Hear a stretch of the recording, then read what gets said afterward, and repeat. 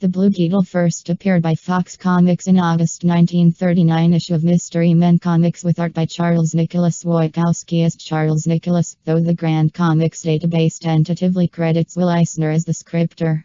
Blue Beetle has starred in a comic book series, comic strip and radio serial, but like most golden age of comic book superheroes, fell into obscurity in the 1950s. The comic book series saw a number of anomalies in publication. 19 issues, issue 12 through issue 30, were published through Holyoke Publishing. No issue 43 was published. Publication frequency varied throughout the run, and there were gaps where issues were not published, with large ones occurring in early 1947 and between mid-1948 and early 1950.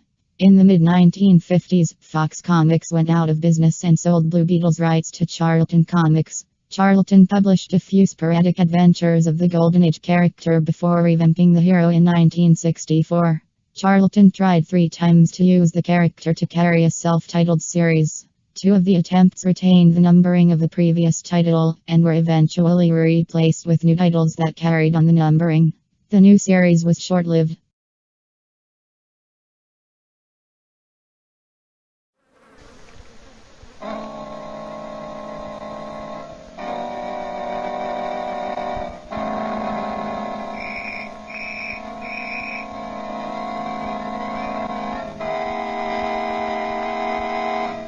Blue Beetle.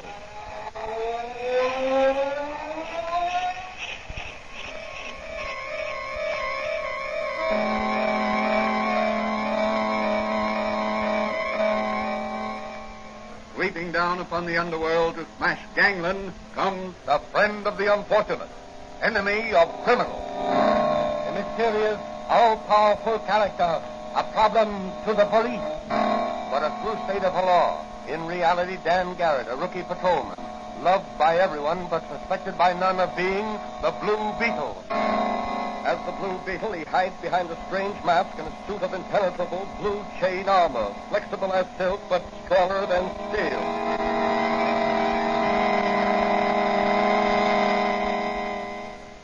Today's episode of the Blue Beetle is entitled The Sea Serpent. Rumors have reached the city that a sea serpent has been ravaging the nearby coast. Already, several bodies have been washed ashore. Each of them has borne the mark of a serpent's fangs. What is behind these rumors? Are they true? Is there really a sea serpent ravaging the coast? Or is there a definite plan on foot to frighten people away from the shore resorts? As our story opens, Dr. Franz is listening to the radio while dusting the shelves of his little apothecary shop and awaiting the usual morning call of his young friend, Patrolman Dan Garrett, who in secret is really the Blue Beetle.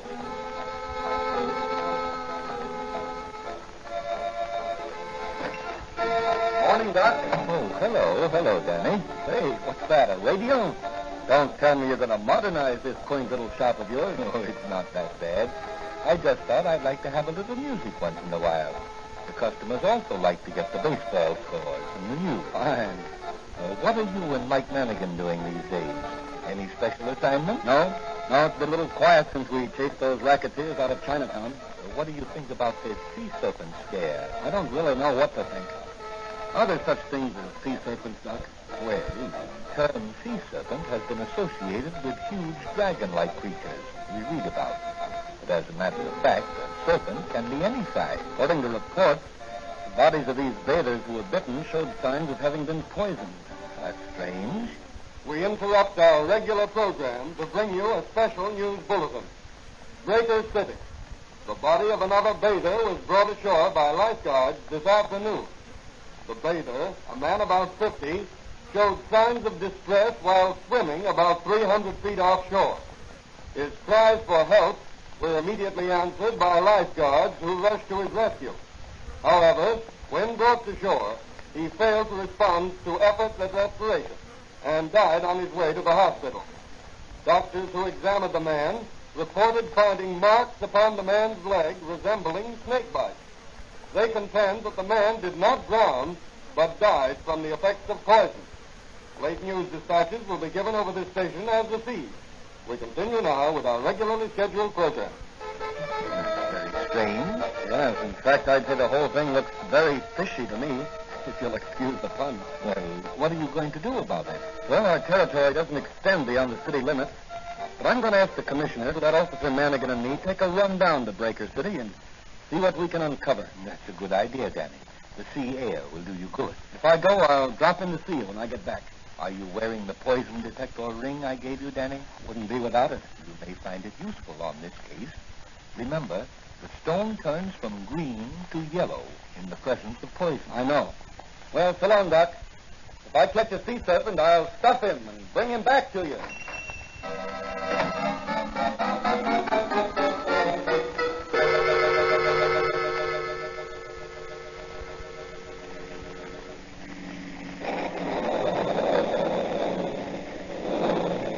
Sure it's dark driving through these pine woods. Yes, and the rain doesn't make driving any easier. You know, it seems kind of strange to be working on a case in cities. They don't feel right somehow. I guess I missed the feel of the police cap and the shine of me police badge. You still look like a cop, Manigan. Do I, Danny? Yeah. Nobody'd ever mistake you for anything but an honest-to-goodness cop. Well, then that's what I am. And I'm proud of it. Hey, say, there's a light ahead. Oh, that must be the lake house. Maybe they can put us up for the night. We can drive over to Breaker City in the morning. Yeah, that's a swell idea. I'll pull in and you run in and see if they can take care of it. Thanks.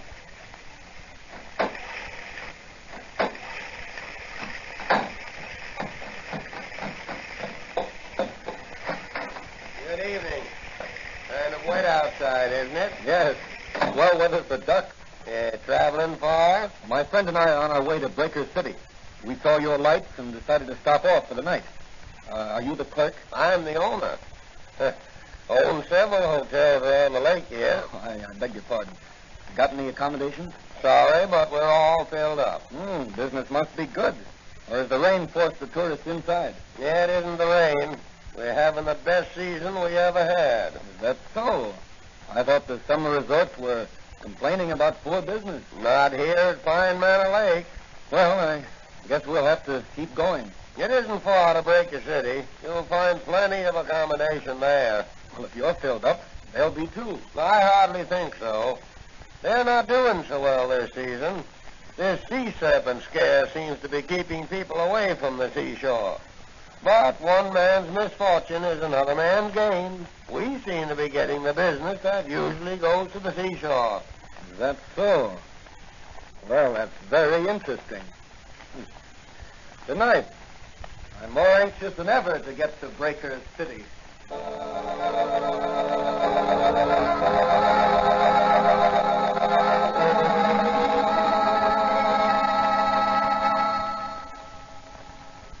Say, Danny, this is a swell room they gave us overlooking the ocean and only $4 double. Yes, we must be the only guest in the hotel. The lobby is as dead as a museum after closing hours. How about a bite to eat before we turn in? That's a good idea. Let's go in the coffee shop here. Sir? Gentlemen? What'll it be?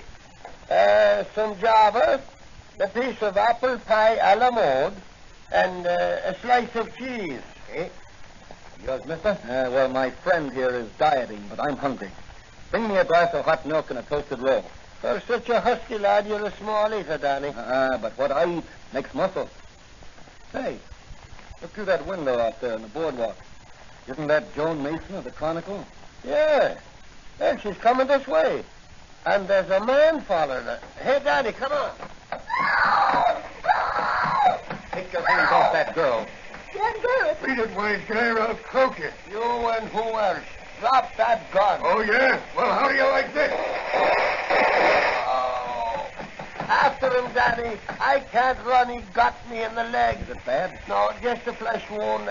I'd better stay here and look after you and Miss Mason. Oh, Danny, I was never so glad to see anyone in my life. Are you all right? Yes, but what about Officer Manigan here? He can't walk. I'll be all right if Danny will lend me a shoulder to lean on. Oh, come on, Mike. We'll get you into the hotel and call a doctor. In the morning, we'll send you back to the city, a wounded hero. Okay. But right now, I want that piece of apple pie a la mode with cheese and the cup of Java.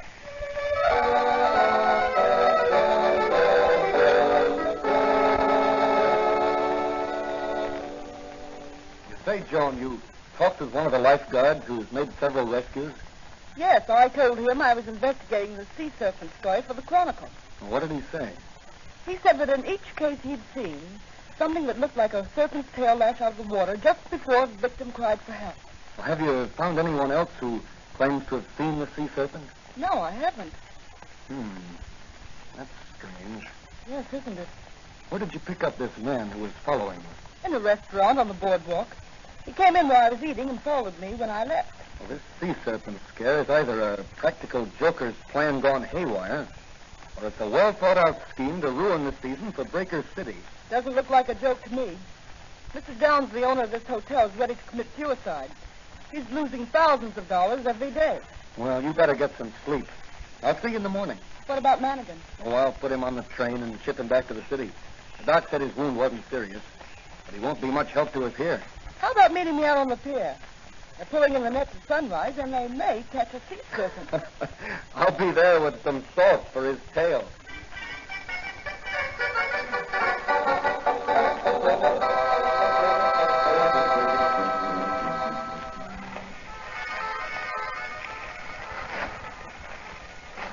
Hey, we better hurry, Joan. They're starting to haul in the net. I'm right with you. Oh, there's Mr. Downs. I want you to meet him. Good morning, Mr. Downs. Oh, hello, Miss Mason. This is Dan Garrett. Beautiful day, sir. Maybe to some people, but not to me. You seem down in the mouth.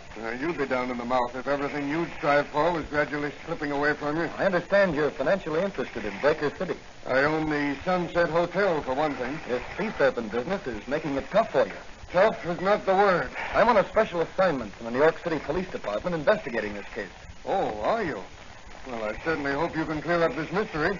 It's costing us hotel and concession owners thousands of dollars a day to keep open. And there's no business except day excursionists. Well, I'll certainly do what I can. Suppose you and Miss Mason come with me. I want you to meet Professor Meredith. He's an authority on fish and such things, and he's in charge here. I'd like to meet him. All right, boys. You can begin hauling in the net. Oh, Professor Meredith. Oh, good morning, Mr. Downs. Good morning. I'd like to have you meet Miss Mason of the Chronicle, Mr. Garrett of the York City Police. I'm happy to meet you both. Thank you. By the way, who's that man standing over there? The one with the dark hair. Oh, that's Fred Nash, one of the lifeguards. Yeah, and he's the man. Yes, I thought I'd seen him before. I beg pardon? I was just telling Miss Mason how long it'll be before you pull up the net. Oh, they're pulling them up now.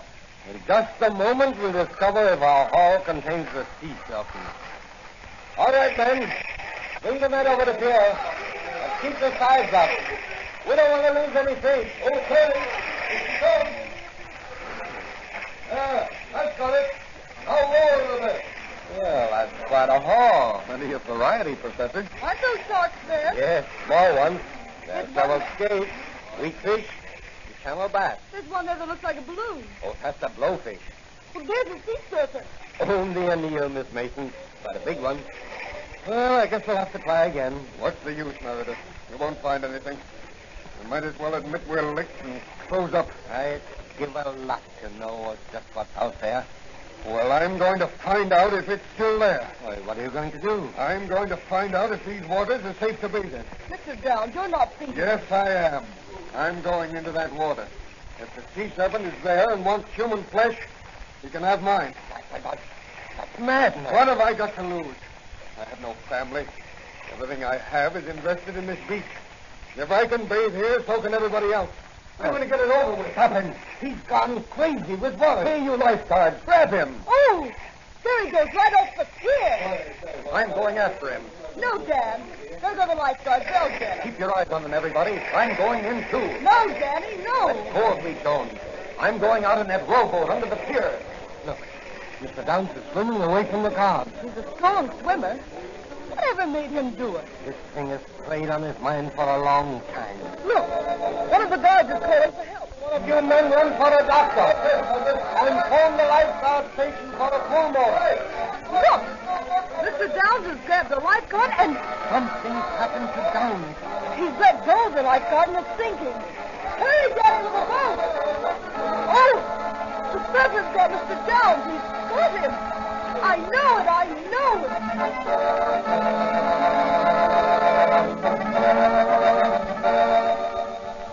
What is this slimy thing that lurks in the waters off Breaker City?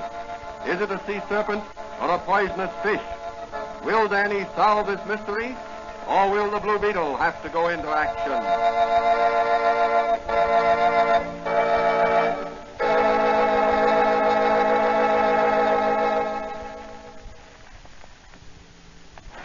Time later at the Breaker City Hospital, Dan Garrett and Joan Mason are waiting outside one of the private rooms for Professor Meredith. How is he, Professor? Mr. Downs is dead. Dead? Yes. Didn't pulmotor help him? Mr. Downs didn't die from the effects of submersion. He died from the effects of a poisonous bite. Then you think... There were 2 punctures on Mr. Downs' leg, like those left by the fangs of a fairly large serpent. No one saw anything in the water. Strange how the effect of that serpent's bite is exactly like the bite of a cobra. The reactions are identical. Could it be a water moccasin? You don't find water moccasins in the ocean, and their venom doesn't work in the same way. It works on the blood. Cobra venom works on the nerve center, paralyzes the muscles, controlling the act of breathing. Could it be a fish? I hardly think so. No. The punctures were more like those of a fairly large snake. There aren't any cobras that live in the water, are there? The nearest thing I can think of is a serpent which is found in the tropical waters of the Pacific Ocean. But it's never been found in these waters. Well, I've found out what I want to know. What are you going to do now? I'm going back to the city to check with my friend Doc Friends. He may be able to help on this case. When are you coming back? I'm not sure. Well, I think I'll stay a while and see what else I can pick up in this case for my newspaper. Okay, but keep away from those 2 lifeguards. They're bad medicine.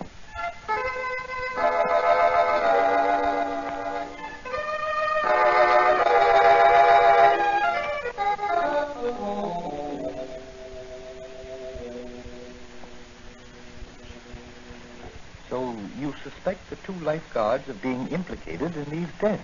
Yes, I do. I'm convinced of it. What makes you so sure? Well, all the time I was rowing the boat with the 2 lifeguards and Mr. Downs back to shore, the stone in the poison detector ring was bright yellow. But perhaps the poison in Mr. Downs' body. No. You see, after they took him away, the stone was still yellow. What about the man who tried to abduct Miss Mason and shot Lanigan? Didn't you say he resembled one of the guards? He was one of the lifeguards, but I didn't let on I recognized him. I didn't want to spoil my chances of getting enough evidence to convict him in this larger case by showing my hand in the case of simple assault. Very wise, very wise. Well, what are you going to do now? Put on my Blue Beetle armor and mask and... I'll answer it. Hello? Patrolman Dan Garrett? Yes. Yes, he's here. It's for you, Danny. Long distance. Long distance. Probably Joan Mason. Hello? Oh, hello, Professor Meredith. What? Joan Mason has disappeared? But she hasn't checked out of the hotel? Well, I can't get down there myself, but I'll see that several of our best men are sent down right away. Thanks for calling. Goodbye. What's the trouble, Danny? It looks as if someone had kidnapped Joan Mason. Help me with my Blue Beetle costume, will you, Doc? Why, certainly, Danny, certainly. Where are you going? I'm driving down to Breaker City. But you just told Professor Meredith you weren't coming That's down. right. Dan Garrett isn't. But the Blue Beetle is.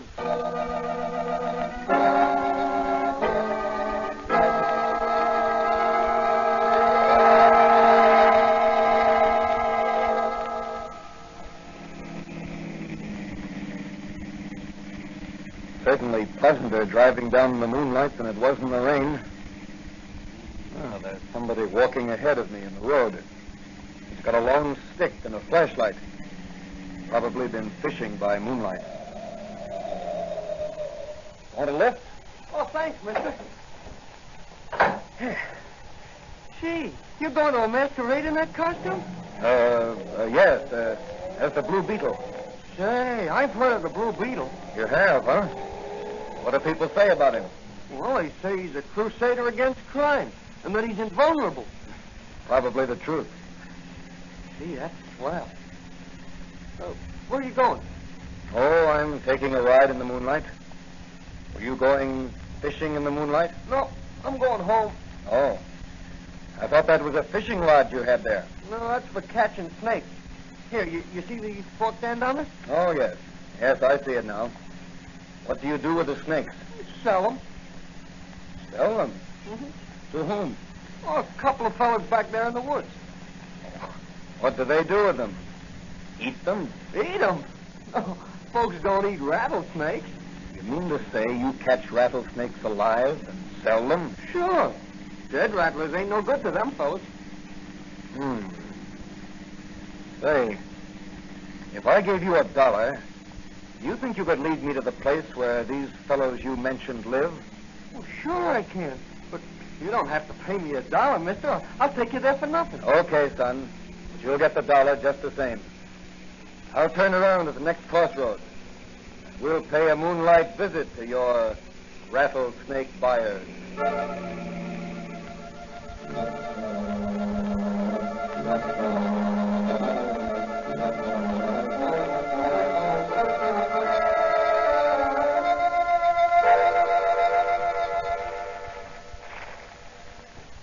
So, Miss Mason, it's very unfortunate for you that you got as far as you did with your investigation. I'm sure your newspaper will miss your valuable services. What are you going to do with me? Make sure you won't disclose the information you have to anyone. You can't get away with this. Oh, you are in error, Miss Mason. We have gotten away with it in the past. We will again. The vacation business has been detoured to Pine Manor Lake. It will still follow that detour after your body is found floating in the ocean, a victim of a poisonous sea serpent. You wouldn't dare. Wouldn't dare? Fred, Joe. Yeah, boss? Suppose we leave Miss Mason with the Rajah there for a while we step outside. Her education has been neglected. She has never met a 6-foot cobra. No, you can't do that. You can't. Raise the lid of his cage and let him... The Blue Beetle. Yes, the Blue Beetle. He's going to nip harder than your cobra can strike. Open the cage, Joe, then dive out the window. I've got the Blue Beetle covered with this gun. Save your bullets. You can't injure the Blue Beetle. Is that so, wise guy? Well, how do you like this? Oh, let that be a lesson to you. Never telegraph your punches. Back up, you Blue Beetle. No, you don't. Oh, well, how do you like this, Blue Beetle? A rattlesnake around your neck. You're a fool. No snake can bite through this chain armor. Here, I give it back to you. Ah, take him off. He'll kill me. You're yellow when you're cornered, you murderous crook. Look out, Blue Beetle. Don't tear over the King Cobra's cage. Get me out of here. Take him off. Get me out of Wait. here. I'll paralyze him with my magic ray. There. That'll hold him for a while. Now for the one around your neck, Slavic. There. I should have let you die the agonizing death some of your victims have died. I'm bitten. I'm poisoned. I'm going to die. Not by poison, Slavic. The law will take care of you in the proper manner. Here, Miss Mason, give me a hand. We'll handcuff these lifeguards to the snake's cages. They're still unconscious. Now, put these snakes back in their cages. There. You certainly have a powerful punch, Blue Beetle. I need that power. Now, Mr. Slavitt, we'll take care of you. Keep them away from me. Keep the snakes away from me. Here, get in this room here. What are you going to do with me? Don't let them at me. Don't let them Get at up. me. Don't let them... Here, get up on this chair and climb up onto those rafters. Oh, I can't. Now, I'll just pull the King Cobra's box over here, under you, and open the lid. Then we'll shut the door and let the Cobra guard you till the police arrive. I don't think you'll try to escape. Come on, Miss Mason. I'll drop you off at your hotel. You can phone a front-page scoop for your paper. And the heading will be Sea Serpent Hoax Exposed. Murderous racket smashed by the Blue Beetle.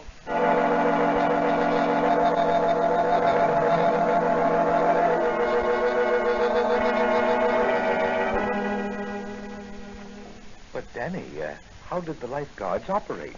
They couldn't take the cobra into the water with them. No, they extracted the poison from his poison sacs. Used it in 2 hypodermic needles taped together. The hypodermic syringes were small and easily concealed in the palm of their hand. But when did they inject the poison into their victims? As they rescued them.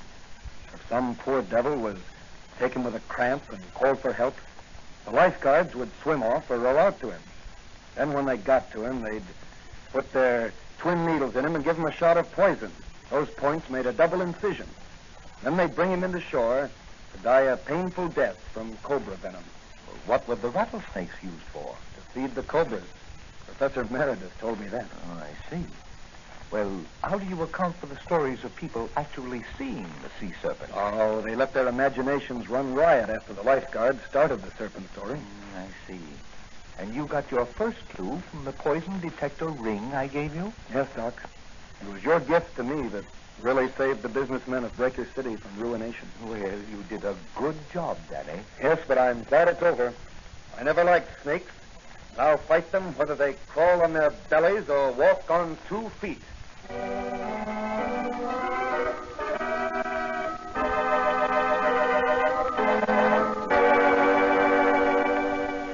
And so another fiendish racket was smashed by the Blue Beetle.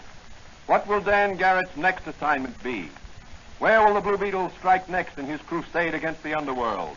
These questions will be answered in the next episode of The Blue Beetle.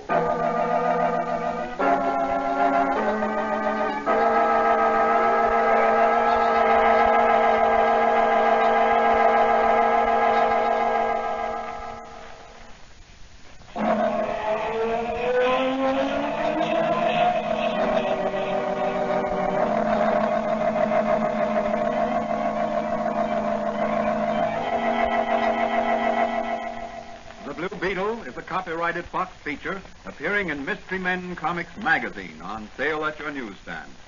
The Blue Beetle is on the air twice a week on this same station. Consult the broadcast schedule in your local newspapers. And don't forget to listen in.